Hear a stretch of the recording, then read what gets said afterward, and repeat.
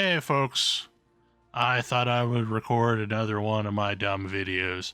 Um, I have been playing quite a bit of Diablo IV since its launch, trying to essentially reconcile my feelings with the game.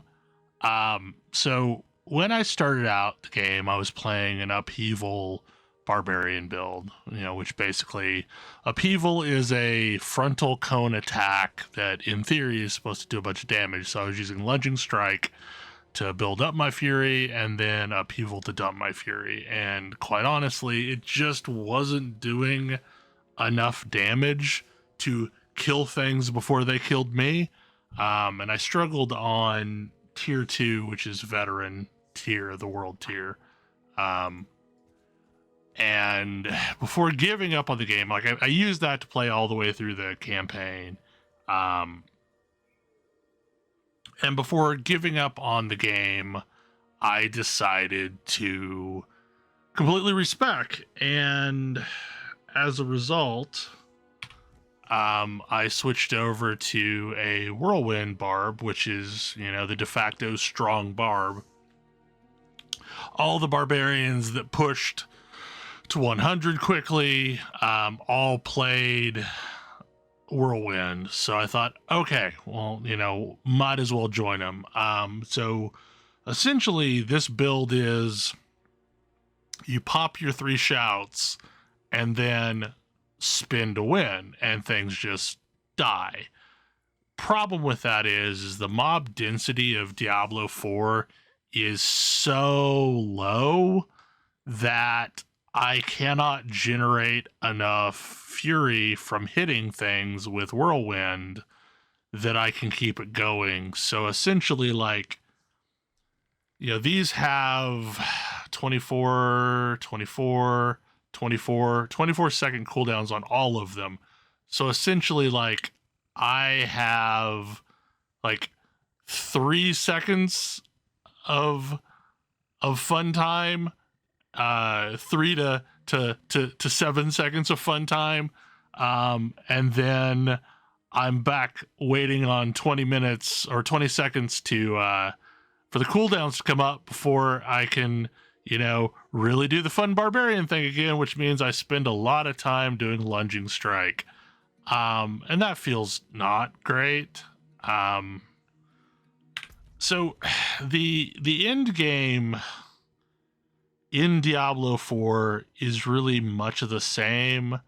So you have the Tree of Whispers, which are all these little objectives on the map. And like this one, if I run the entire dungeon, I get 5 Grim Favors. If I harvest this thing, I get 3 Grim Favors. If I, complete this event, I get 1 Grim Favor. And every time you gather up 10 of them, you can turn in for a reward at the Tree of Whispers. And this system doesn't feel great. You get a random loot box that is themed. So if you want 2-handers, you'll get a loot box full of 2-handers, and you're offered 3 of them at once. And what's frustrating about this is I'm in tier 3, and right now the only gear that matters at all is sacred gear. So let's go look at my bank for a second. I've held on to some of these things. This is a normal item, and you see it's just got a normal yellow border. This is a sacred item, and it's got the glowy bits on the top. So once you enter World Tier 3, you start occasionally getting sacred items, and they are just universally better. There is no point using anything that is not sacred because it is just worse. So even on vendors, you can occasionally find sacred items. So you do this box for the Tree of Whispers, and not only are you not guaranteed a legendary, which you really should be considering the time investment. You can run nightmare dungeons way faster than farming up 10 favors. And, you know, you occasionally get legendaries off of it. But you're not even guaranteed a full box of sacred items. So I ran one last night just for shits and giggles, and everything that was in the box was a normal rare. None of it was sacred. So basically it's just like, okay, well, thank you for some crafting materials. Sweet. So that's in-game activity number 1. In-game activity number 2 is Helltide. So every so often, you know, one of these zones will get colored this orange color, which means killing things in it gives you these soul shard looking things, and collecting those allows you to open random chests that appear in this zone. And the random chest will guarantee you a legendary of a specific type. So this is an awesome activity if you've got some friends and want to hang out in the zone for a while. And I think the biggest chest that you can open takes 175 of them. So you have to, in theory, kill 175 things. Pending you get a drop every single time you kill something, and you can open one of those chests. So these things are on an hour, off an hour. So I don't know when this despawns. Okay, so we got 1 minute and 35 seconds left on this Helltide. So when this is over, there will be no Helltide for an hour. And then an hour from now, a new Helltide will spawn. And, you know, that's fine. The other activity is Nightmare Dungeons. So you essentially have what is sort of halfway between a Mythic Plus key from World of Warcraft and halfway between a map from Path of Exile, where you will flag a dungeon as Nightmare and it will have some affixes applied to it. So like for this one, I would deal more fire damage, but I don't deal fire damage, so not useful to me. And then killing something spawns a blood blister that explodes, dealing area damage, and monsters deal additional damage as poison. So that sounds miserable. But what's annoying about these stupid keys is, say I consume this key, it just flags that dungeon as Nightmare. It doesn't like teleport me to the dungeon or anything, so I still have to run all the way over there. So that's kind of annoying. The other thing that's just infuriating, and I don't know, I don't understand how this made its way out of the testing, but like, there's no search functionality on your storage. So you have a maximum of 4 tabs, and I've only bought 2. So let's go ahead and buy the rest of them. Okay, so I will never be able to get any more tabs than this on all of my characters on my account, which means I can store a grand total of 200 items. A lot of that is stored up by gems. So like pretty much this full tab would be gems if I had all the other kinds of gems. So that kind of sucks. I still do not like the fact that I can't have a map overlay. I mean, like, I realize we've beaten that dead horse at length, but that is still a constant annoyance. I don't know. And the other aspect is, you know, the world continues to level up and I'm not really gaining that much power. So like I've already felt it. I started running tier 3 content around 52. I'm now 57, and I've kind of noticed, like, slowly bit by bit, like, it's taking me longer to kill things. So by the time I get to 70, which is when the next breakpoint begins, and I can start World Tier 4, I will feel kind of miserably weak. And I am wearing mostly sacred items. So yeah, that's not great. Like, there's still some upgrades that I could make. I could continue to level things up, but the grind is slow. And honestly, like, the Paragon system isn't that interesting. So, one of the challenges with the Paragon system is you have these nodes that you're basically going after, and they all have some kind of a requirement associated with them. So, like, this node requires me to have 200 strength. So, on my character, I have to have a total of 200 strength. Okay. So I can either get that through gearing, or I can get that through taking these really boring plus X to stat nodes.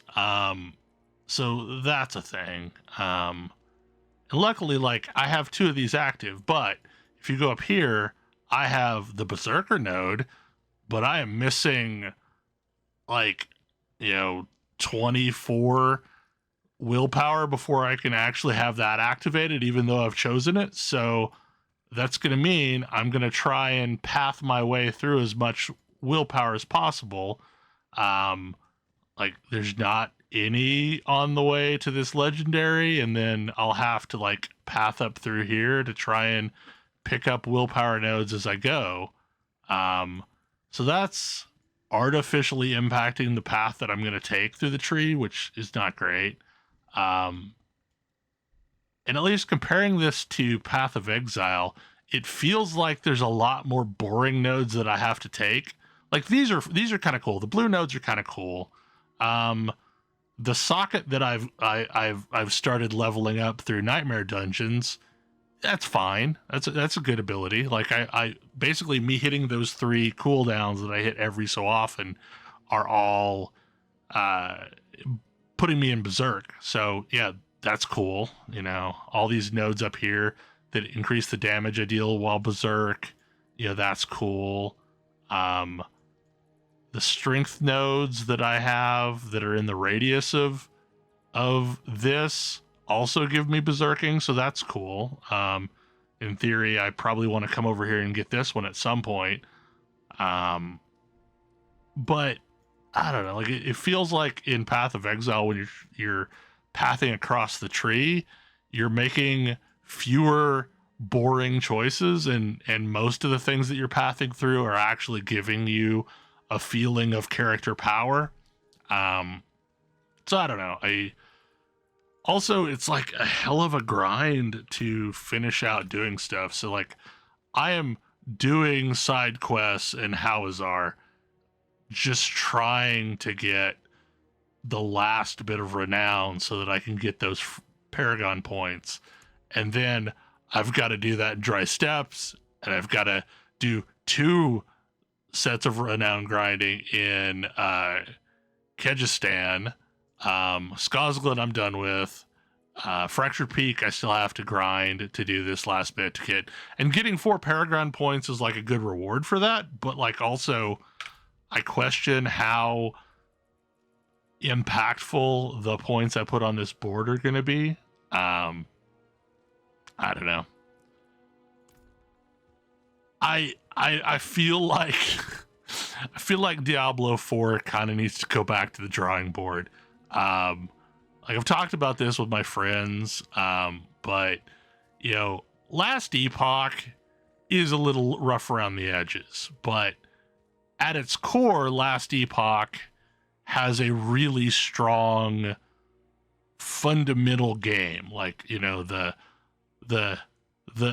system that lies underneath the rough graphics is good. Like, you can create really interesting characters. I feel like Diablo 4 is really pretty, and like, the world is gorgeous, and some of the story content that they've added is really cool. And this is maybe the best cosmetic system I've seen in an ARPG. Like, like, I bought a cosmetic pack because I wanted a chess piece that looked like a real chess piece instead of, you know, nipple shirts all around. But even at that, like, without any cosmetics, like, that's a cool look. Like, that's all base items that I picked up in the game. So that's awesome. I hope maybe Path of Exile 2 will surprise us and they put in something like this for us to, you know, update the appearance of our character and make it a little bit more personal. You know, so like, this is a really, really gorgeous game. It looks, I mean, the world feels cool. You know, we're getting to explore areas that we've not really gotten to explore in a Diablo game, but the moment-to-moment gameplay is rough. Like, I feel like they could literally reduce the cooldown of every single ability across the board by half, and it would maybe feel close to right. It's a much more plodding game where everything's a little bit more sluggish. It takes longer to get to packs. Like, the dungeon design is more akin to World of Warcraft, where you've got a pack of things, then you've got a lot of empty space, and then you've got another pack of things. Like, you're gonna set up and pull it carefully like you would a dungeon, whereas that's not how a Diablo game works at all. You want to rip through it from start to finish without ever pausing. And all the backtracking that you have to do in dungeons only serves to make it feel even more sluggish. So I don't know. I mean, I don't know how much further I'm going to get, because I feel like at this point I've experienced the end game.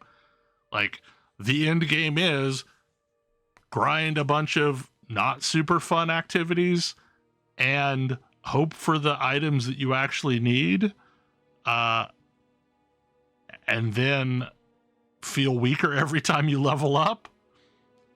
So I don't know. Like, I don't know where this is going to go. Like, I honestly didn't really enjoy Diablo 3 when it first launched, and I didn't get into that game heavily until after the Reaper of Souls expansion and significant rework. So I think Diablo 4 will probably be a good game in a year or two, after it's had time to revise the poor decisions that they made design-wise. But I'm hoping Blizzard gives them that time, because the Blizzard that reworked Diablo 3 from the ground up for Reaper of Souls is not the Blizzard that exists today. So I don't know. I mean, I don't know that this game is going to end up being successful enough to keep them committing resources to it. Like, if you go out in the ARPG community, there's a bunch of people that are basically saying all the things I said a month ago, that there are significant concerns about this game. The honeymoon period is over. Anyway, like, if you're enjoying it, awesome. I hope you have a great time. It was fun to play through the campaign. But once you exit the campaign and are dumped into a not amazing end game experience, I don't think you'll be singing the praises of this game for that much longer. Anyway, I'm gonna wrap this up, and I guess, like, it's kind of a boring game or boring video because I just opened some UI elements and talked about some crap. So anyway, hopefully you enjoyed the video, and I'll see you again the next time I do one of these. Bye.